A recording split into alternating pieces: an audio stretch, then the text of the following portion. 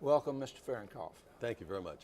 A lot of people not too long ago in Florida really thought of Florida as a non-gaming state. Tell us what you know with your vast knowledge of gambling around the country and in the world. Where's Florida with regard to gambling? Well, right now, Florida's either fourth or fifth largest in gross gaming revenue across the board. But you know, if you go back just 35 years ago, in the mid-'70s, Nevada was the only state in the country that had casino gaming. And that changed when the people of New Jersey went to the ballot box in 1976, approved casinos for Atlantic City, and they opened. And then mid-'90s, we had this riverboat gaming expansion that took place primarily in the Midwest and South. And then slowly, since then, we've seen the growth. We're today in a place where every state but two, Hawaii and Utah, have some form of legal gaming. So gaming is all over. Now, as far as Florida is concerned, it has been growth that has not, I think, been planned by the government, by the legislature, by governors. It's crept in here and crept in there. In my remarks yesterday, I read somewhere, I don't know the details, that because of barrel racing, that opened the doors to some new expansion of gaming. And that's why, in my experience of representing the gaming industry in the United States for the past 18 years and now around the world, strong regulatory control at the state level is important. Why is it important, and what do you mean by strong regulatory control? I mean, if you look at the models that have worked the best, you look at Nevada, which has had casino gaming since the early 1930s, and you look at New Jersey, as I said, in the late 70s.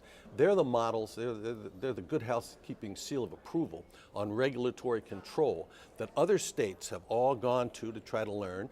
And the Chinese had me in Macau in 2000, before it opened up the way it is now, and I advised them, you've got to have transparency, and you've got to go look and see what they do in Nevada and New Jersey if you want to attract worldwide companies, American and others.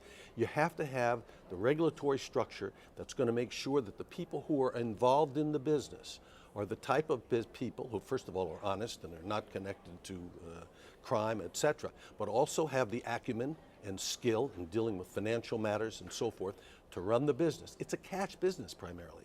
It's still primarily a cash business.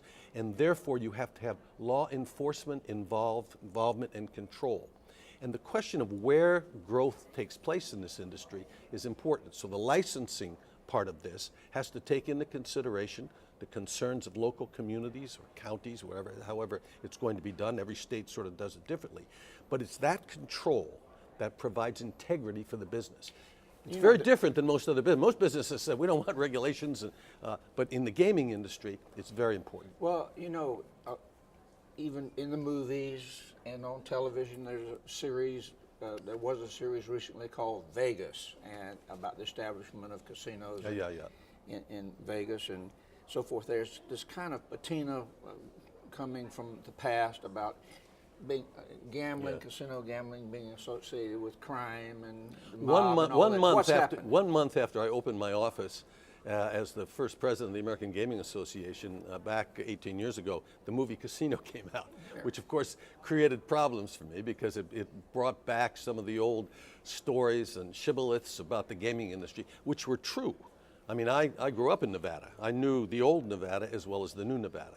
That all changed with when corporate people were allowed to come in, major corporations, publicly held corporations, not only regulated toughly by the state, but the Securities and Exchange Commission, etc.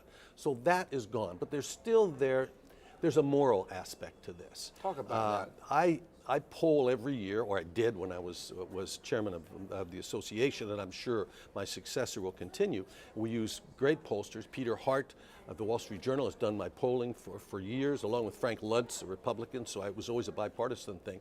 And we know for the last 15 or 20 years, and this has been a major change from what it was 30 years ago when it was just Nevada, the casino gaming, that 80 to 85% of the American public have no problem with gaming for themselves or others. There's a hardcore 15% that are opposed to all forms of gaming.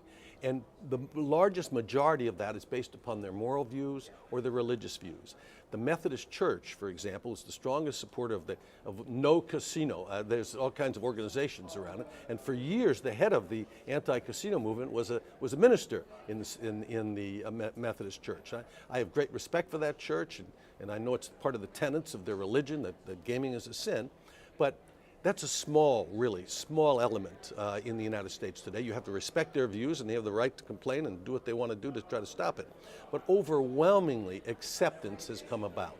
And it's come about for a number of reasons. Number one, the industry is an industry that produces a lot of jobs. It's very labor intensive, and particularly sometimes for the people who are the hardest to employ, people who have been hard unemployed for a long, long time. We provide good jobs, good benefits, so forth. I think last year, or 2012, it was over $8.5 billion we paid in salary and benefits to our employees around the country. And that doesn't count Native American casinos, where you have a big presence here in this state. So tax revenues and so forth have changed the view of the American people. I want you to comment about so-called destination resorts. There's been a lot of discussion within the legislature the last couple of years about large resorts that have casino operations within them. A lot of discussion about locating one in the Miami area, the pros and the cons. A lot of people within the established gaming, like the pari-mutuel industry, concerned about it. Other industries and resorts concerned about it. What are the pros, and what could they mean economically? It is the new dynamic, really, in the industry that has been there for about the last 10 years. If you were to go and look if we had the financial statements in front of us of one of the large Las Vegas casinos, whether we were talking about Las Vegas Sands or MGM or Steve Wynn, and we went back 10 or 15 years ago, we would look to the bottom line, and maybe 70% of the bottom line would be gaming revenue. It came from the gaming sources of the activity. If you look today, and for the past 5 or 6 years, it's less than 50%. It comes from gaming. The rest comes from other elements. In a presentation I made here yesterday, I pointed out that we know that 26% of the people, for example, who go to Las Vegas never or rarely gamble. 70% go for fine restaurants and Michelin star restaurants, which these types of resorts all have. They go for retail shopping, over half of them, which these type of new destination type resorts have, or integrated as they're called.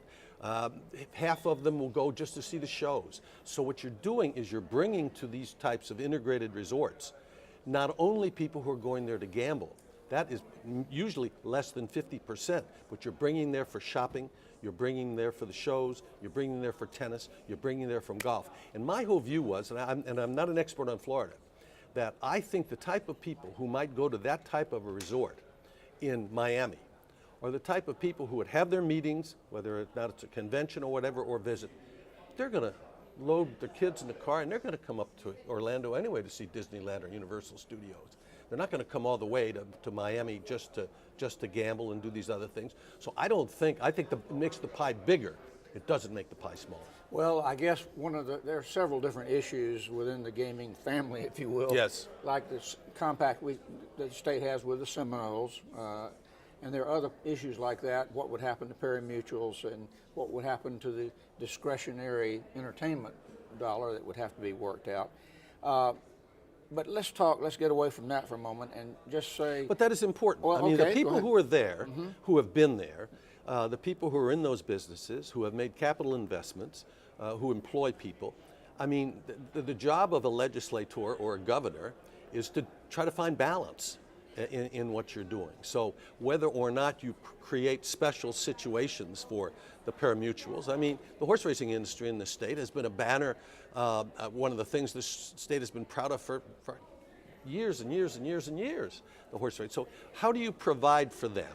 How do you provide for the situation you have with the Seminoles, which of course is based upon Supreme Court law and their ability to negotiate with the state and come to agreements? So there's got to be a balance in all of this. And that doesn't mean that some people may not survive and may go out of business. I used the example yesterday of a new mall coming into a community.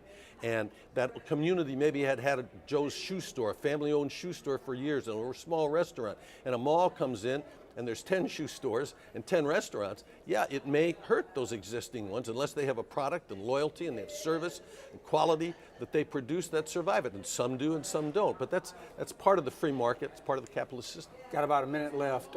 The importance of gaming to Florida and what changes need to be made pretty quickly to make it more important.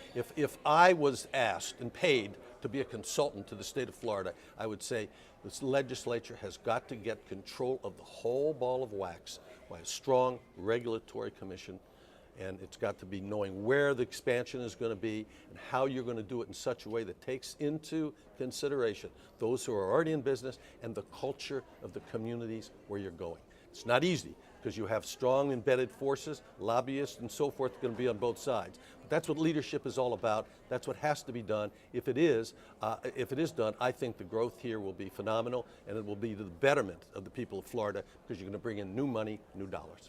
Thank you for joining us. Thank you. It's a pleasure.